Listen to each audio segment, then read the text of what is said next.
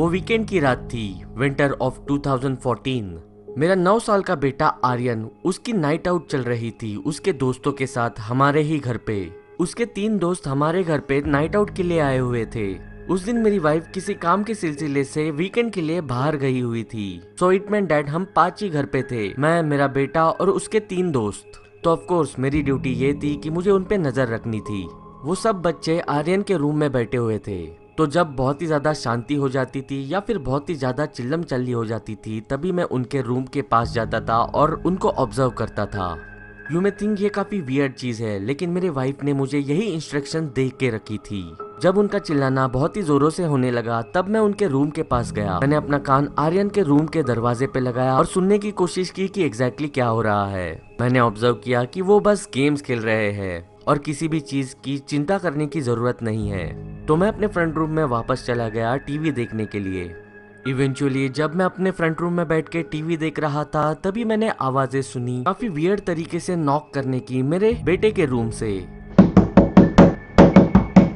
मैंने अपना टीवी बंद किया और वो आवाज सुनने की कोशिश की।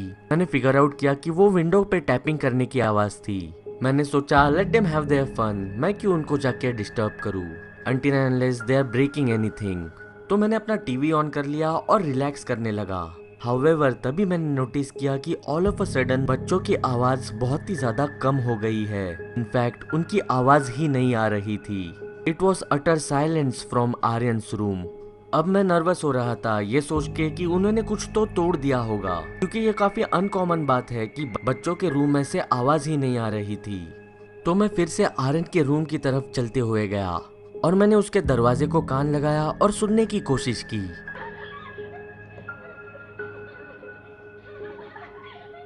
मैंने उसके रूम से गिगलिंग और क्वाइट विस्परिंग की आवाजें सुनी। फाइनली आउट ऑफ क्यूरियोसिटी मैंने वो दरवाजा खोला और मैं उसके रूम के अंदर चला गया। मैंने देखा वो तीनों लड़के बस खेल रहे हैं और सारे खिलौने पूरे रूम में बिखरे पड़े हुए हैं। मैंने नोटिस किया कि रूम की खिड़की पूरी तरह खुली पड़ी है। मैंने आर्यन को कहा वो खिड़की बंद करने के लिए और ये भी कहा कि आवाज ऐसे ही धीरे रखना। ये कह के मैं उनके रूम से बाहर चला गया towards the front room. On my way to front room मैं अपने वॉशरूम में चला गया। हाउएवर जब मैं अपने वॉशरूम के अंदर था, तब मैंने नोटिस किया एक ब्लैक शैडो मेरे वॉशरूम के विंडो के बाहर से पास होता हुआ। मैं भागते हुए आर्यन के रूम में गया और उन तीनों लड़कों को कहा कि कोई भी रूम से बाहर नहीं जाएगा। And that was the time, तभी मुझे वो चीज हिट हुई कि रूम के अंदर बस 3 ही लड़के हैं। There were supposed to be 4। Aryan का दोस्त हिमांशु मिसिंग था।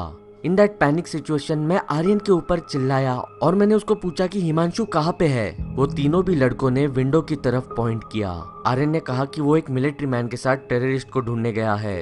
एट दैट मोमेंट मेरे दिमाग के अंदर काफी सारी चीजें घूमने लगी, but at the top of my mind मुझे पता था कि मैं उस विंडो में फिट नहीं होऊंगा उस विंडो से बाहर निकलने के लिए। मैं अपने मेन डोर से घर के बाहर निकला और जैसे ही मैंने अपने घर के बाहर कदम रखा, मैंने रास्ते पे एक आदमी को हिमांशु के साथ चलते हुए देखा। इनफैक्ट हिमांशु उसके साथ चल रहा था। मैंने जोर से हिमांशु का नाम लेके चिल्लाया, तभी उन दोनों ने भी पीछे मुड़ के देखा। उस आदमी ने जब मुझे देखा, उसने हिमांशु को छोड़ दिया और वो भागते हुए एक कार की तरफ बढ़ा। ओह एंड यस, उसने मिलिट्री के कपड़े भी पहने हुए थे। वो जैसे ही उस कार की तरफ गया, वो कार के अंदर बैठ गया और वहां से निकल गया।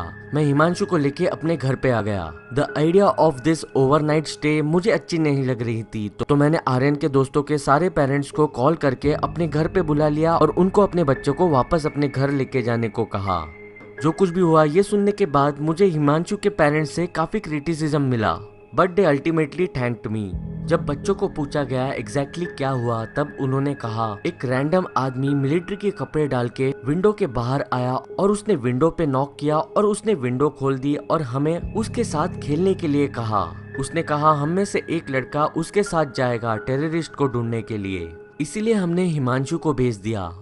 द फैक्ट दैट ये जो कुछ भी हुआ, ये मेरे घर के सेफ्टी के अगेंस्ट हुआ, और ये जो कुछ भी हुआ ये तब हुआ जब मैं घर के अंदर ही था। This thing disturbs me the most.